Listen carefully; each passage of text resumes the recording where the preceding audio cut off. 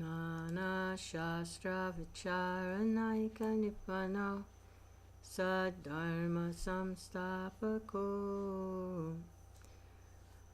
Lokanamitakarino Tribhuvane Mandyo Saranyakaro Radha Krishna Padaravinda Bhajana Nandena Mataliko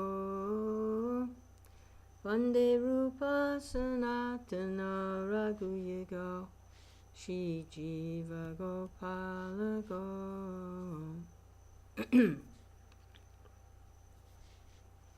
I offer my respectful obeisances unto the six Goswamis, namely Shri Rupa Goswami, Shri Sanatan Goswami, Shri Raghunath Bhatt Goswami, Shri Raghunath Das Goswami, Shri Jiva Goswami, and Shri Gopal Bhatt Goswami, who are very expert in scrutinizingly studying all the revealed scriptures with the aim of establishing eternal religious principles for the benefit of all human beings.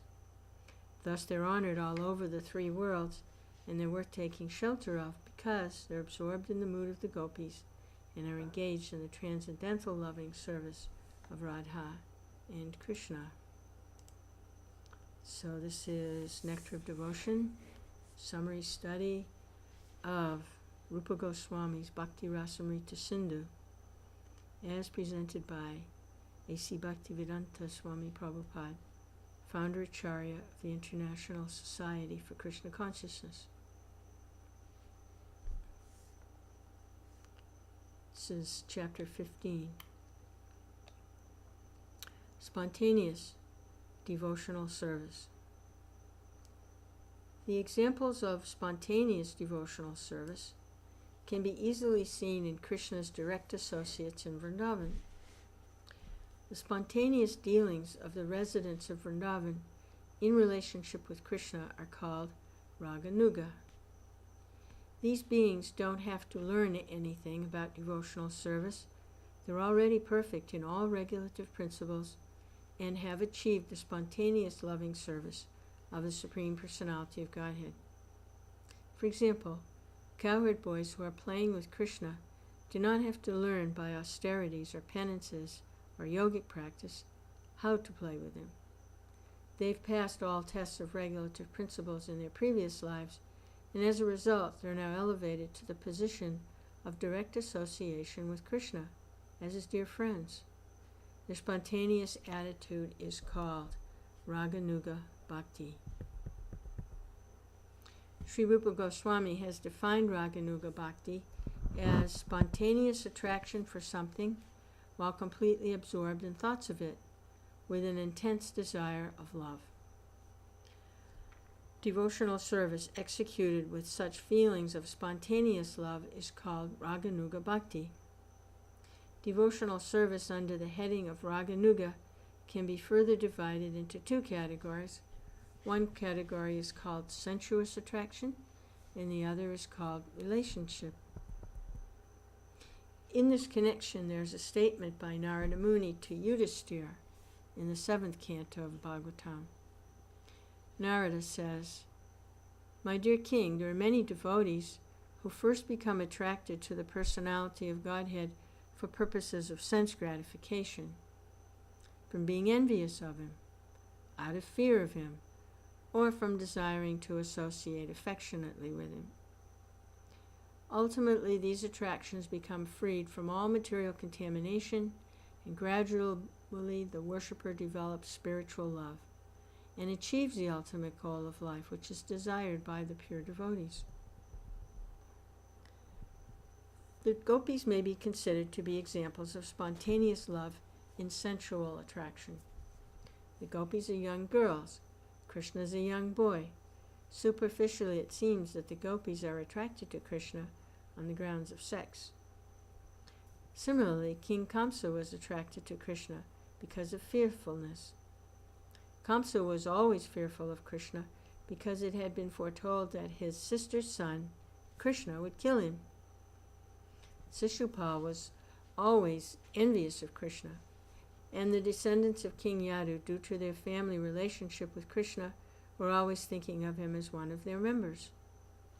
All these different kinds of devotees have a spontaneous attraction for Kṛṣṇa in different categories, and they achieve the same desired goal of life.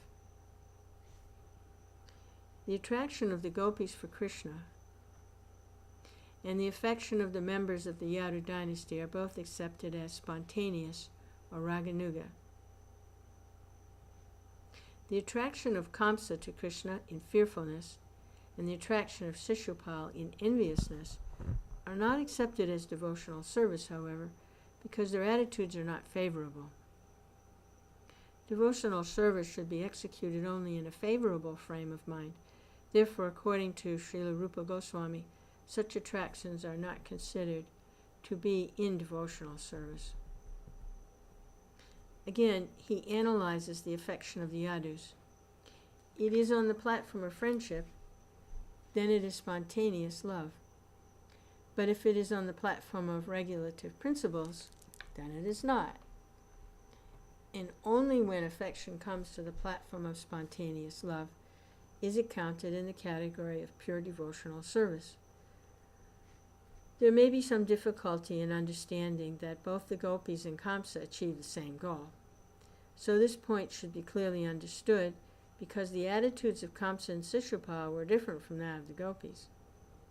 Although in all these cases the focus is on the Supreme Personality of Godhead, and all of the devotees are elevated to the spiritual world, there is still a distinction between these two classes of souls.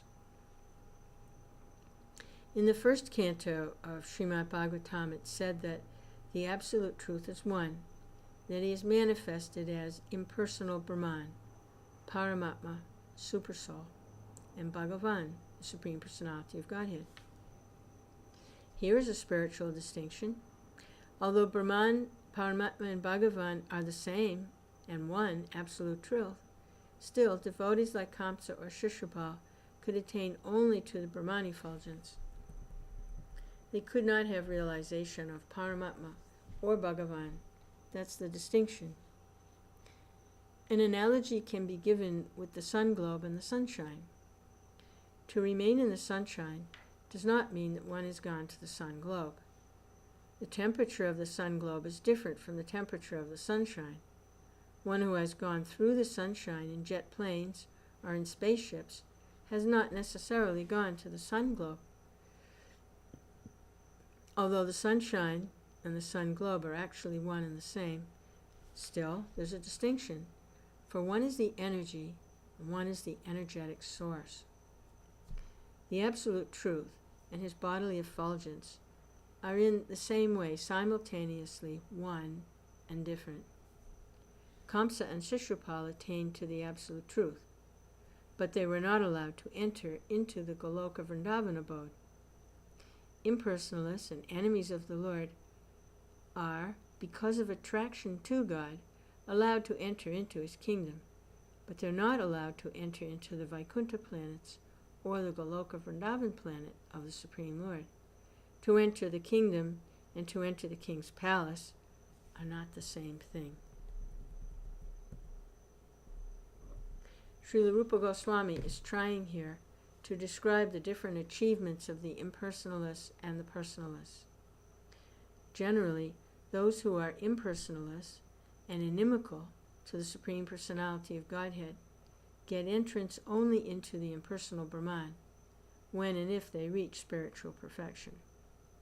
The impersonalist philosophers are in one sense like the enemies of the Lord, because the out-and-out enemies of the Lord and the impersonalists are both allowed to enter only into the impersonal effulgence of the Brahmajyoti. So it's to be understood that they are of similar classification. And actually, the impersonalists are enemies of God because they cannot tolerate the unparalleled opulence of the Lord. They try always to place themselves on the same level with the Lord. That's due to their envious attitude. Sri Chaitanya Mahaprabhu has proclaimed the impersonalists to be offenders of the Lord. The Lord is so kind, however, that even though they are his enemies, they're still allowed to enter into the spiritual kingdom and remain in the impersonal Brahmajyoti, the undifferentiated light of the Absolute.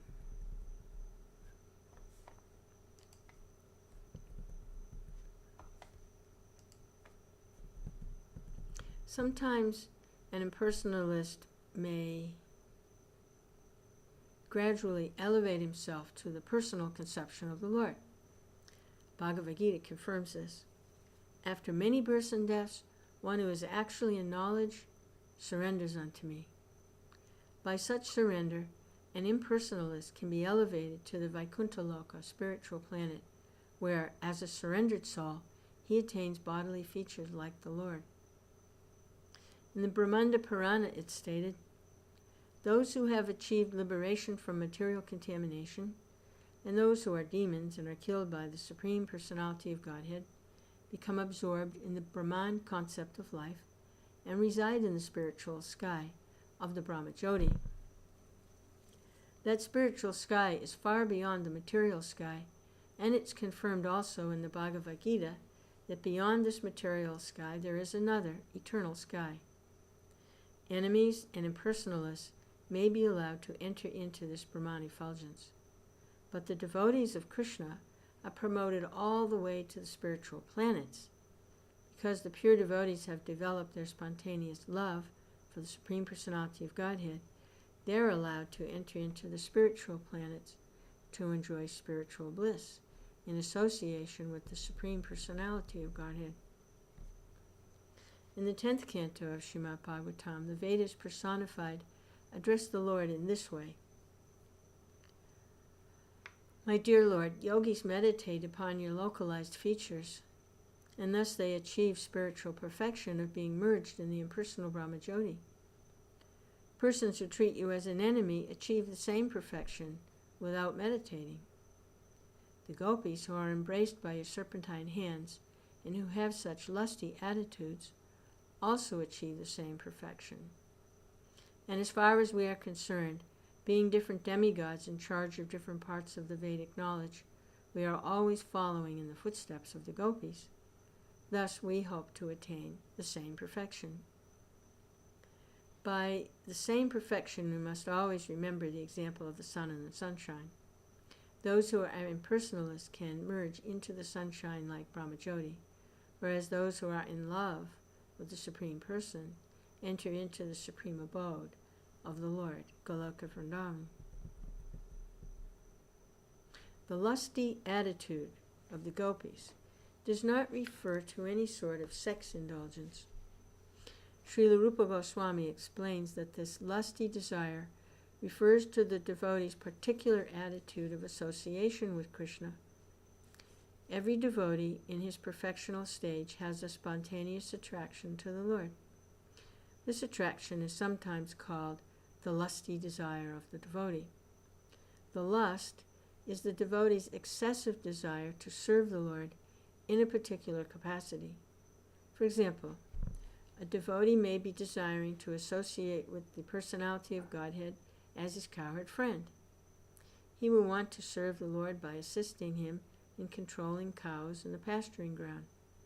This may appear to be a desire to enjoy the company of the Lord, but actually it's spontaneous love, serving him by assisting in managing transcendental cows. This extreme desire to serve the Lord is manifest in the transcendental land of Braj, and it is specifically manifested amongst the gopis.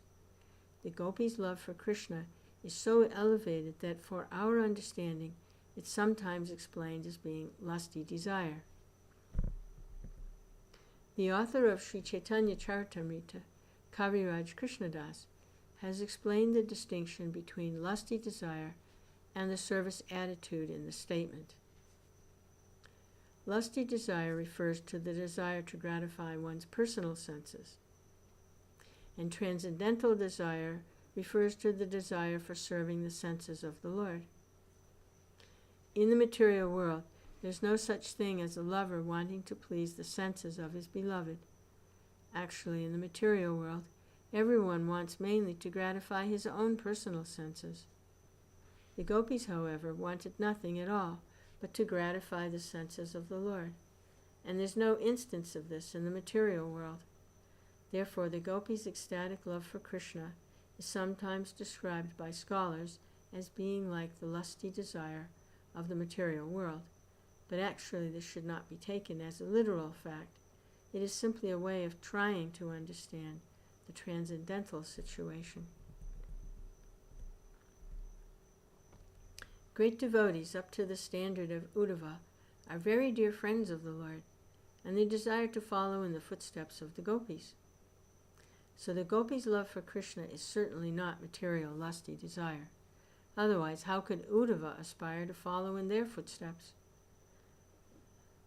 Another instance is Lord Chaitanya himself. After accepting sannyas order of life, he was very, very strict about avoiding association with women, but still he taught, there's no better method of worshipping Kṛṣṇa than that conceived by the gopis.